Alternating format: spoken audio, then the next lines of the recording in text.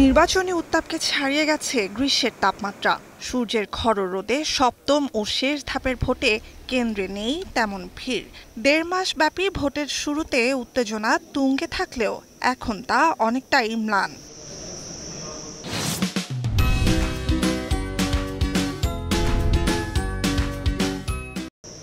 ১৯ April থেকে ৬ ধাপে ভারতের সাধারণ নির্বাচনে ভোট সম্পন্ন হয়েছে লোকসভার ৪৮৬টি আসনে। ৬ ধাপে ভোটার উপস্থিতির গড় হার ছিল ৬০-এর ঘরে, যা ২০১৯ সালের তুলনায় অনেকটাই কম।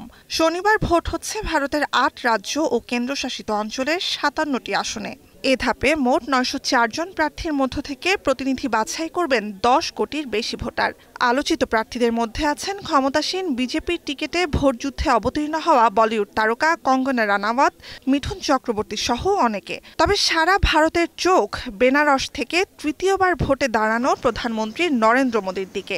देश को सुखद अनुभूति होगी कि मोदी जी एक बार फिर से प्रचंड बहुमत के साथ सरकार बनाएंगे। হিন্দু জাতীয়তাবাদী দল বিজেপির প্রধানমন্ত্রী হিসেবে টানা তৃতীয় মেয়াদে ক্ষমতায় আসার ক্ষণ গুনছেন মোদী। প্রধান বিরোধী দল কংগ্রেসের নেতৃত্বে ২৪টির বেশি দলের জোটকে বড় ব্যবধানে হারাবেন বলে আশাবাদী তিনি। অন্যদিকে কংগ্রেস নেতা রাহুল গান্ধীও তাকিয়ে বিজেপির পরাজয়ের দিকে। ভোটাররা বলছেন, সরকার যেই গঠন করুক না কেন, নাগরিক সমস্যার সমাধানকে সবচেয়ে বেশি গুরুত্ব দিতে হবে।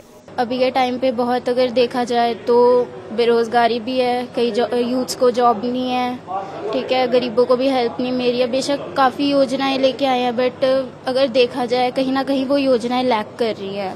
सबको अच्छे से उन योजनाओं का बेनिफिट नहीं मिल रहा है, इसलिए फिर उन्हीं चीज़ों को माइंड पे रख के वोट दिया आगे।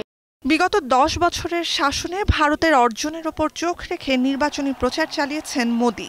ভোট শেষের একদিন আগেই প্রকাশ করেছেন বিদায়ী অর্থবছরের চতুর্থ প্রান্তিকে ভারতের অর্থনীতি ও প্রবৃদ্ধি ৮% বৃদ্ধির তথ্য।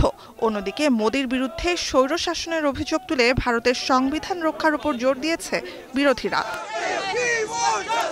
নুসহাত কামাল, এখন বিশ্ব।